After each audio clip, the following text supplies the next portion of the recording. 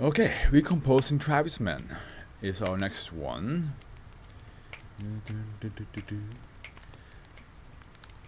Table smell. There's a table around here. Once again, Recomposing Tribesmen. Alright, here we go. Another safe one. I think they shot all the kettle like at the very beginning. We're like, okay, let's have a small break. Let's put some saves in there, like, you know, change the things up a little bit. Special containment procedures. All wilderness in a 20-kilometer radius around the site of SCP-2011 is designated as a jungle preservation. As such, illegal loggers and poachers, as well as any other trespassers, are to be detained, questioned, and administered Class B amnestics prior to release. Dash 1 are to be monitored from the on-site research station. All births and deaths of SCP-2011's population are to be catalogued by on-site staff as of 2000. I don't know why I said 20 and 2. 2000. There we go. Cadavers will no longer be collected for any reason. See Addendum 1. Also, I need to change something with the audio real quick before I forget. There we go. Got it. Okay, description. SCP-2011 is a remote tribal village located in the jungle of the Yucatan Peninsula. The residents of SCP-211, known as -1, maintain a population generally ranging from 200 to 300 currently. -1-567 through -1-819 inhabit SCP-211. -1 are born in various states of advanced decay, ranging from entirely skeletal to having small portions of muscle tissue and skin. During the lifespan of -1, each individual physically decomposes into more complete forms of the human anatomy.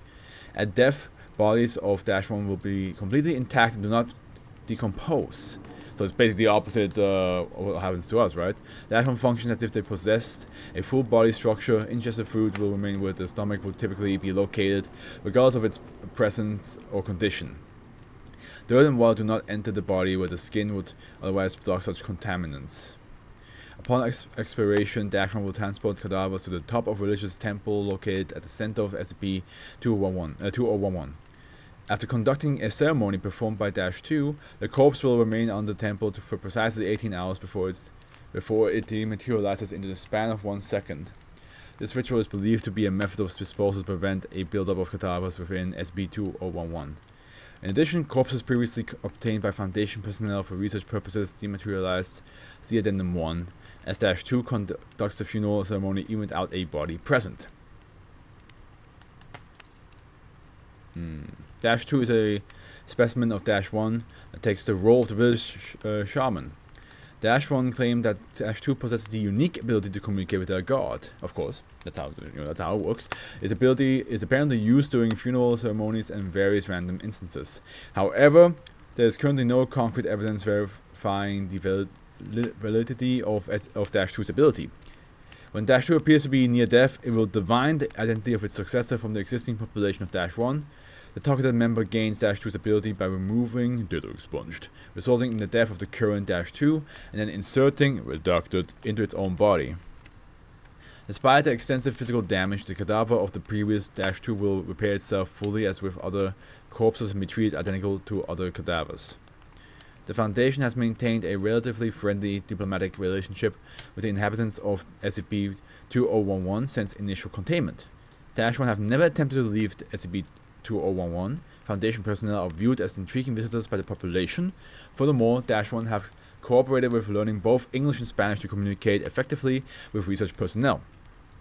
-1 had expressed moderate distaste of previous attempt to study cadavers. Since the termination of these studies, -1 have returned to being highly cooperative with Foundation staff. Yeah, it kind of makes sense though, because to be a method of disposal to prevent the buildup of cadavers. Yeah, because even though for the Foundation they look not dead, for them they are. So it's kind of like yeah, okay, it's a bit weird that you guys want to take our bodies and look in them, but also at the same time they have the ritual, right? So they're like, we have to get rid of these things, like otherwise there's gonna be too many. Addendum 1 on 2000 A cadaver on the Foundation research dematerialized during an attempted autopsy. The space previously occupied by the body was replaced by a vacuum immediately reoccupied by atmospheric gas. Unlike typical body disappearances, the event produced damaging shockwaves and injured personnel. As this occurred, Dash 2 began to suffer from severe full-body muscle spasms. After Dash 2 recovered from this incident, it warned Foundation personnel against removing the dead from SCP-201 for fear of angering Tlaloc, the Mesoamerican god of fertility, worshipped by SCP-201. Containment procedures updated accordingly. Okay, so that's another reason why they don't want the cadavers to get out of the place, because the curse of Raw. No, of course not. It's Tlaloc. Yeah, they might get cursed.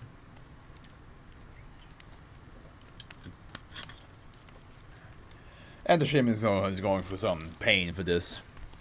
So probably preferable if you don't do that. Addendum 2. During the initial containment of SCP-201, researchers discovered a holy book placed with the village central temple. With permission from Dash 2, Foundation staff have transcribed the text of the artifact into the research facility database. Dash 1 have assisted with the translation of the document. The text appears to be a collection of mythological tales detailing the origins of SCP-2011 and the relationship of Dash 1 with the deity Tlaloc. Translate and select excerpts from borrowed artifacts. Alright. Shut the hell up outside. Ooh, there's a lot of wind. Is it going to be a rainy day tomorrow? Let me double check, because maybe I have to close the window. It might rain tomorrow, yeah. But not in the morning, so I think I can leave the window open.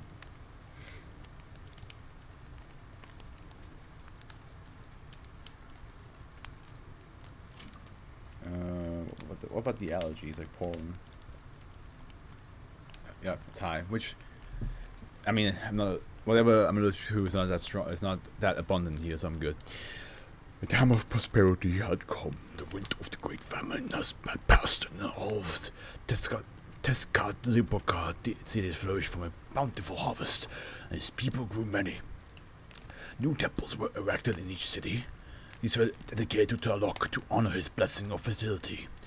Such reverence for Tlaloc displeased the jewel turkey, Calcio Totolin. Never had the people built shrines of such majesty for him. None of the priests or priestesses chose him as the patron. All despised or cowered before the plagues he gifted to the peoples of the world. Calcio Totolin decided that, this time, the insufferable Tlaloc would not wallow in the reverence that the people so readily expressed for him. So, it was that god of the disease brooded and planned while the time of good fortune continued to pass. Only the jade turkey was aware that it also waned. War with Tlaloc came quickly and quietly, like the jaguar stalking through the jungle. Calcio Totolin secretly dispersed his newest, foulest sickness among the great kings and chieftains of the people. The jaded turkey then approached Tlaloc as the god of fertility sat upon his heavenly throne. Just as Tlaloc hailed Calcio Totolin, the treacherous god struck with an obsidian dagger. Tlaloc despised the idea of bloodshed between kin, but he had to remove the disease of the mind from his upstart brethren. Had defeated the misguided Calcio Totolin, Tlaloc pitied his brother of the heavens and sought to make peace with him.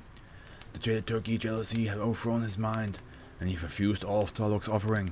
Instead, with deadly spite, Calcio Totolin devised a curse, not for Tlaloc, but for his beloved priests and priestesses. The god of plague spoke. Your holy servants know you well, but now they shall know your absence. No, your undoing. Long after they lived luxuriously in your splendor, but now they will suffer a most wretched life, living as corpses. Those who clung closest to your gift of fertility will now experience true suffering. Remember my rage, Tlaloc. See it every day in your people. As he spoke, his words became true. All across the world, the disciples of Tlaloc were stricken with the vengeful curse.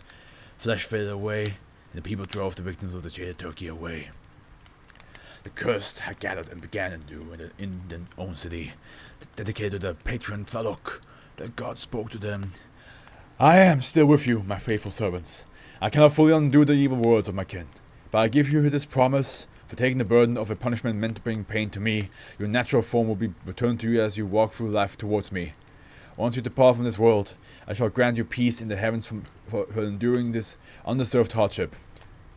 With this, Talok will return to the heavens, and his promise will come to fruition for all of his faithful servants. Damn, so so basically, yeah, the village just got attacked by got hit by a god's wrath, and Talok was at least kind enough to be like, hey, I can rewind the fact that you guys were corpses, and once it's fully rewinded, you can join the heavens with me, as long as you believe in me, and so on. Which is another reason why they probably don't want the Foundation to take the cadavers out, because that means that those people who believed their whole life in Tlaloc and got the body back to normal don't get to go to whatever version of heaven or paradise or whatever he has offered. So it's basically just like taking away the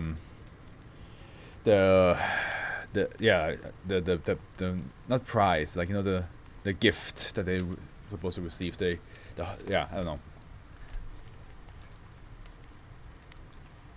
Blessing. The blessing, that's the word. They were taking away the blessing of Tlaloc. Which, you know, I can fully understand that that sucks big time.